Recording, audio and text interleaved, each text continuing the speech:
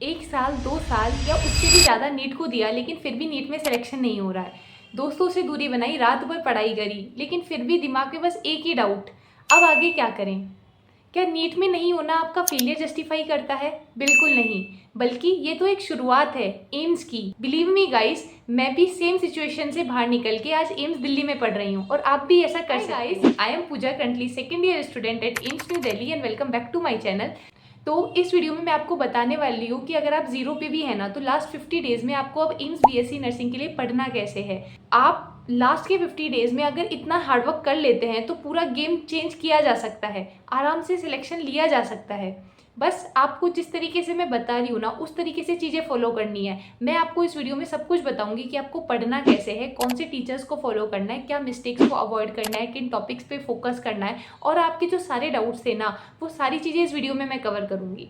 So make sure कि आप इस वीडियो को एंड तक देखें, क्योंकि इस वीडियो में मैंने सब कुछ कवर किया है। तो अगर आपने कोई पार्ट स्किप कर दिया ना, तो वो आपको चीज़ें समझ में नहीं आएंगी। देखो, अब आपके पास में 4 सब्जेक्ट्स हैं, पीसीबी और साथ में जीके भी आता है। जो फिजिक्स केमिस्ट्री बायोलॉजी है वो 90 मार्क्स का आता है, मतलब 30 मार्क्स का पोर्शन होता है, और जो जीके होती है वो 10 मार्क्स का होता है। अब हम लास्ट के जो 50 डेज है ना, उसमें हमारा टारगेट रखना है कि हमें 75 प्लस मार्क्स चाहिए, ताकि हमें हमारे ड्रीम एम्स में एक सीट मिल जाए, हमारा सिलेक्शन हो जाए। हमें टॉपर नहीं बनना है, बस हमें एक सीट चाहिए है हमारी। तो हमें जो फोकस है ना, वो पीसीबी पे ज़्यादा रखना पड़ेगा, क्योंकि जीके रैंक दिलाता है। लेकिन अगर हमारी पीसीबी ही अच्छी नहीं है तो हमारा सिलेक्शन ही नहीं हो पाएगा। अब मैं इस टाइम पे स्टूडेंट्स को 2 कैटेगरी में डिवाइड कर रही हूँ। जो हमारा पहला स्टूडेंट है ना, उसके बेसिक्स क्लियर नहीं है, उसने कहीं से नोट्स नहीं बना रखे हैं, या तो वो फ्रेशर है या फिर उसने पहले सही से पढ़ाई नहीं करी है। जो हमारा सेकंड टाइप का स्टूडेंट है ना, वो है जिसने नीट के लिए या फिर एम्स के लिए पहले से तैयारी कर रखी है और उसके पास में प्रॉपर नोट्स हैं और उसने पहले थोड़ी बहुत क्वेश्चन प्रैक्टिस कर रखी है। अब सबसे पहले फर्स्ट कैटेगरी की बात करते हैं। जो फर्स्ट कैटेगरी स्टूडेंट है ना, उसके लिए मैं रिकमेंड करूंगी कि अब आपको एक पेड बैच ले लेना चाहिए। चाहे से वो कोई सा भी बैच हो सकता है, एम्स यूनियन बैच हो सकता है जो नर्सिंग टू नॉर्थ सेट का है, जो भी 4 मई से ही स्टार्ट हुआ है, या फिर आपके पास में अगर कोई पहले से बैच है जैसे विजय एजुकेशन का या फिर पीडब्ल्यू का या फिर कोई भी और batch, then well and good. आपके पास जो बैच है ना, आपको बस वहाँ से जैसे जैसे टीचर्स करा रहे हैं आपको उस तरीके से पढ़ना है। आपको लेक्चर लेना है, फिर डीपीपीज जो टीचर्स देते हैं वो डीपीपी सॉल्व करनी है और उसके बाद में टेस्ट लगाने हैं। अब मैं आपको पेड बैच इसलिए लेने के लिए बोल रही हूँ क्योंकि जब आप पेड बैच लेते हो ना, तो आपके पास में चीज़ें एक कंसाइज फॉर्म में आ जाती है। आपके पास में नोट्स होते हैं, टीचर के लेक्चर्स होते हैं, डीपीपीज होती हैं और मॉक टेस्ट होते हैं। लेकिन अभी आपके बेसिक्स क्लियर नहीं है, तो अगर आप वन शॉट की तरफ जाओगे या फिर किसी और रैंडम टीचर से पढ़ोगे ना, तो आप भटक जाओगे। और लास्ट के जो 50 डेज है ना, वो भटकने के बिल्कुल नहीं है। अगर आप ऐसे भटक गए तो आप सिलेक्शन से पहले ही दूर चले जाओगे, आपका सिलेबस ही कंप्लीट नहीं होगा। अब बहुत सारे स्टूडेंट्स ऐसे होंगे जो मुझसे बोलेंगे कि दीदी हम पेड बैच नहीं ले सकते, हमें कोई फ्री यूट्यूब लेक्चर्स इनके बारे में बताओ। ठीक है, अभी हम इसके बारे में भी बात करेंगे। सबसे पहले हम सेकंड कैटेगरी स्टूडेंट के बारे में बात करते हैं, जिसके पास में प्रॉपर नोट्स है, मतलब इन्होंने पहले से लेक्चर ले रखे हैं। तो अब आपको दोबारा लेक्चर्स नहीं लेने हैं, आपके पास में जो नोट्स है ना, उनको एक बार अच्छे से पढ़ना है, और जो नोट्स में समझ में नहीं आ रहा है कोई टॉपिक, तो आपको वो वन शॉट से कवर करना है। जो भी डाउट हो ना, उसे अलग से हाईलाइट करना है, ताकि आप जब रिवाइज करो ना, तब वहाँ से चीज़ें देख लो। अब जब आप चैप्टर कंप्लीट करें ना, उसके साथ साथ में आपको अपनी फॉर्मूला शीट्स प्रिपेयर करनी है। फॉर्मूला शीट्स कैसे प्रिपेयर करोगे, जैसे मान के चलो कि आप एक चैप्टर को कंप्लीट कर लेते हो, तो उसके बाद में आपको या तो कोई हाइलाइटर ले लेना है और नोट्स में ही वो चीज़ हाईलाइट कर लेनी है। तो आप जब दोबारा उसे पढ़ोगे तो आप हाईलाइटेड पॉइंट्स को पढ़ोगे, या फिर आप कॉपी को बंद करके और एक A4 साइज शीट लेके और उसमें जो फॉर्मूलाज है उनको लिख सकते हो। इससे 2 फायदे होंगे, एक तो आपको फॉर्मूला भी याद हो जाएगा, ऊपर से आपकी एक फॉर्मूला शीट्स तैयार हो जाएगी। अब फॉर्मूला शीट्स आगे क्या काम आएगी मैं बताऊंगी आगे। आपके पास में अब क्या है ना, शॉर्ट नोट्स प्रिपेयर हो जाएंगे आपके, और साथ साथ में आपके नोट्स आपके पास पहले से हैं। जब चैप्टर कंप्लीट हो जाती है तो अब आपको करने हैं क्वेश्चन प्रैक्टिस। क्वेश्चन प्रैक्टिस चाहे फर्स्ट कैटेगरी का स्टूडेंट हो चाहे सेकंड कैटेगरी का, मैं रिकमेंड करूंगी कि अब आपको पास्ट 10 ईयर के सिर्फ नीट के पीवाईक्यूज लगाने चाहिए, क्योंकि आपके पास में अब इतना टाइम नहीं है कि आप लास्ट के 50 डेज में बहुत सारी बुक सॉल्व कर सको। जैसे MTG या फिर एम्स ओनियंस की जो बुक होती है, एम्स मिशन बुक, ये कोई भी बुक आप सॉल्व नहीं करोगे। अब आपके पास में इतना टाइम नहीं है। आप बस जो नीट के पीवाईक्यूज है ना पास्ट 10 ईयर के, उनको कर लो। अब बहुत सारे स्टूडेंट ऐसे बोलेंगे कि दीदी नीट का लेवल तो थोड़ा हाई होता है, तो हम नीट के पीवाईक्यूज क्यों सॉल्व करें? क्योंकि एम्स का लेवल अभी ये है। अगर एम्स का लेवल थोड़ा ऊपर आ जाता है, तो अगर आप नीट के पीवाईक्यूज कर लोगे तो अपने आप भी उस क्वेश्चन को सॉल्व कर पाओगे, नहीं तो आपसे वो क्वेश्चन उस टाइम पे नहीं हो पाएगा। लेकिन आप नीट पीवाईक्यूज कर लो, उसके बाद में आपको एम्स के लेवल के भी क्वेश्चन करने हैं, क्योंकि एम्स और नीट दोनों अलग पेपर है, दोनों कंडक्टिंग बॉडीज अलग हैं। तो आपको पता होना चाहिए कि एम्स कैसे टाइप के क्वेश्चन देता है। अब एम्स के क्वेश्चन आपको कहाँ से मिलेंगे, या तो आप कोई पेड कोर्स ले सकते हो, वहाँ से आपको पीवाईक्यूज मिल जाएंगे, या फिर मैं टेलीग्राम ग्रुप पे अब से आपको एम्स लेवल के क्वेश्चंस डालूंगी, तो आप वहाँ से टेलीग्राम ग्रुप ज्वाइन कर सकते हैं। मैंने उसका लिंक डिस्क्रिप्शन में दे दिया है, और वहाँ से आप पीवाईक्यूज कर सकते हैं एम्स के। क्वेश्चन प्रैक्टिस करने के बाद में अब आपको देने मॉक टेस्ट। क्वेश्चन प्रैक्टिस करने के बाद में अब आपको देने मॉक टेस्ट। जो फर्स्ट कैटेगरी का स्टूडेंट है ना, वो अगर पेड बैच लेता है तो उसके पास में पहले से मॉक टेस्ट होंगे, लेकिन जो सेकंड कैटेगरी का स्टूडेंट है ना, वो मॉक टेस्ट कहाँ से देगा? या तो वो कोई पेड टेस्ट सीरीज ज्वाइन कर सकते हैं, कोई भी, चाहे से वो नर्सिंग टू नॉर्थ सेट की हो, या फिर मेड इन बायो की, या विजय एजुकेशन की, कोई भी टेस्ट सीरीज आप ज्वाइन कर सकते हो। या फिर मैं टेलीग्राम ग्रुप पे 2 या 3 दिन में अब से आपको है ना जो टेस्ट सीरीज प्रोवाइड करूंगी, वो भी फ्री टेस्ट सीरीज। इसके बारे में मैं आपको अगले वीडियो में डिटेल में बता दूंगी कि मैं किस प्लानर के साथ में आपको टेस्ट सीरीज प्रोवाइड करूंगी, तो आप वहाँ से टेस्ट दे सकते हैं। एम्स लेवल के पेपर होंगे वो सारे के सारे। मैंने आपके जो 50 डेज है ना, उनको 2 कैटेगरी में डिवाइड कर दिया है। स्टार्टिंग के जो 40 डेज है उसमें आपको अपना सिलेबस कंप्लीट करना है, और जो बाद के जो 10 डेज है ना, उसमें आपको विगरसली रिविजन करना है और मॉक टेस्ट देने हैं। पर इसका मतलब ये नहीं है कि आप स्टार्टिंग के जो 40 डेज है उसमें मॉक टेस्ट नहीं दोगे या फिर रिवाइज नहीं करोगे। आपको सिलेबस कंप्लीट करने के साथ साथ में थोड़ा थोड़ा रिवाइज भी करना है, क्योंकि अगर आपने अभी रिवाइज नहीं करा तो आपको बाद में उतना ही टाइम लगेगा जितना फर्स्ट टाइम में लग रहा है। और हमारे पास में इतना टाइम नहीं है कि हम उतना ही टाइम एक चैप्टर में लगाएं जितना हमने फर्स्ट टाइम में लगाया था। तो मैं रिकमेंड करूंगी कि आपको एक दिन में अब 2 या 3 चैप्टर्स करने ही हैं। एटलीस्ट 3 चैप्टर आप एक दिन में कंप्लीट करोगे, तब जाके आपके 40 डेज में पूरा सिलेबस एक बार कवर होगा। तभी आप लास्ट के 10 डेज में ना अच्छे से 2 या 3 बार रिवाइज कर पाओगे।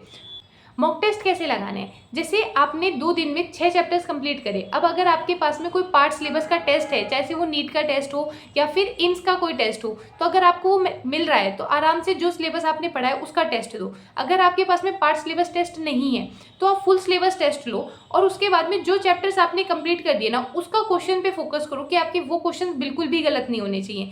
और मॉक टेस्ट देने के बाद में सबसे इंपॉर्टेंट चीज़ होती है एनालिसिस। हाँ, एनालिसिस। आप पता है सबसे गलती यही करते हो कि आप एनालिसिस नहीं करते।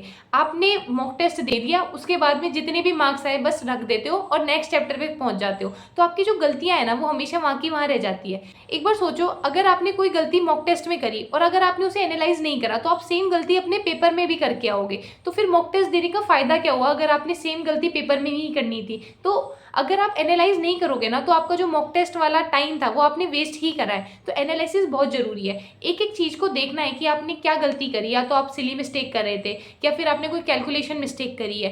एम्स में ना कैलकुलेटिव क्वेश्चन ज्यादा आते हैं, फॉर्मूला बेस्ड क्वेश्चन आते हैं, पर कैलकुलेटिव आते हैं। तो आपको कैलकुलेशन पे अपनी कमांड बनानी पड़ेगी। 2024 का मुझे याद है, ऑप्शंस थे ना जो बहुत पास में आए थे, तो बहुत ज्यादा कैलकुलेशन करनी पड़ रही थी। तो आपको अपनी कैलकुलेशन स्ट्रॉन्ग करनी पड़ेगी। अब मैं आपको एक बार सब्जेक्ट वाइज चीज़ें बता देती हूँ। फिजिक्स के लिए आपको नीट के पीवाईक्यूज ही करने हैं। फॉर्मूला पढ़ो और उसके बाद में नीट के पीवाईक्यूज करो। अगर किसी को ऐसा लग रहा है कि फिजिक्स हमें हार्ड लगती है, हमसे नहीं होती है, तो आपको जो मैंने इंपॉर्टेंट चैप्टर्स बता रखे हैं उन पे पहले फोकस करो। देखो, ये सबको पता है कि पूरा सिलेबस पेपर में नहीं आता है। 80-20 वाला रूल तो आपने पढ़ा होगा कि 80% सिलेबस है ना वही पेपर में आता है, वो 20% होता है ना जो ज़्यादा इंपॉर्टेंट नहीं होता है। हमारा मेन फोकस एम्स में सिलेक्शन लेना है। अब वो जैसे कैसे भी हो, सिलेबस कंप्लीट होना मैटर नहीं करता, लेकिन आपको जो इंपॉर्टेंट पोर्शन जो पेपर में आने वाला है उससे जरूर करना है। मैंने फिजिक्स और केमिस्ट्री के रिलेटेड जो इंपॉर्टेंट टॉपिक्स हैं उनकी वीडियो बना रखी है, उसका लिंक भी मैं डिस्क्रिप्शन में डाल दूंगी। आप वहाँ से इंपॉर्टेंट टॉपिक्स को सबसे पहले देखना, और फिर जो इंपॉर्टेंट टॉपिक्स है ना उनको सबसे पहले पढ़ना। उसके बाद में आप जो लेस इंपॉर्टेंट है उसे पढ़ना, ताकि आपके अंदर एक कॉन्फिडेंस आए कि आपका मैक्सिमम पोर्शन पेपर का कवर हो चुका है पहले से। अब फिजिक्स के लिए आपको नीट के पीवाईक्यूज करने हैं, फॉर्मूला शीट्स रिवाइज करनी है और नीट के पीवाईक्यूज। केमिस्ट्री के लिए ऑर्गेनिक में सबसे पहले आपको अपने बेसिक्स अच्छे करने हैं। उसके बाद में आपको एनसीईआरटी के जो इंडेक्स क्वेश्चंस होते हैं और एग्जांपल्स होते हैं उन्हें कंप्लीट करना है। उसके बाद में आपको नीट पीवाईक्यूज करने हैं। इंडेक्स क्वेश्चन और एग्जाम्पल्स मैं इसलिए बोल रही हूँ क्योंकि कई बार सेम क्वेश्चन आ जाता है पेपर में, तो हम ये रिस्क बिल्कुल भी नहीं ले सकते, इसलिए हमें एनसीईआरटी करनी ही है ऑर्गेनिक में।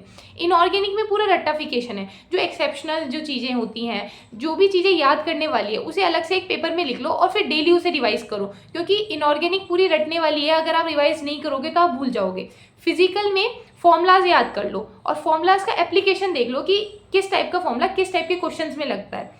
अगर आपसे फिजिकल नहीं हो रही है ना, तो आप एक चीज़ और कर सकते हो कि आप YouTube पे सर्च करना माइंड मैप। तो माइंड मैप में है ना, जो PW की एक सीरीज आ जाती है माइंड मैप सीरीज, उसमें क्या है, उन्होंने 1 घंटे में, आधे घंटे में ना ऐसे फॉर्मूलाज पूरे बता रखे हैं। तो अगर आपका कोई चैप्टर नहीं हो पा रहा है, आपको ऐसा लग रहा है जैसे इक्विलिब्रियम एक चैप्टर है जो आपको समझ में नहीं आ रहा है, तो आप माइंड मैप सीरीज से उनके जो फॉर्मूलाज है ना उनको देख सकते हो। उसके बाद में आपके थोड़े बहुत क्वेश्चंस बनने लगेंगे। तो अगर आप कोई चैप्टर को छोड़ने का प्लान कर रहे हो कि इस चैप्टर को मैं नहीं पढ़ूंगा, तो कम से कम उसके माइंड मैप सीरीज से उसके फॉर्मूला देख लेना।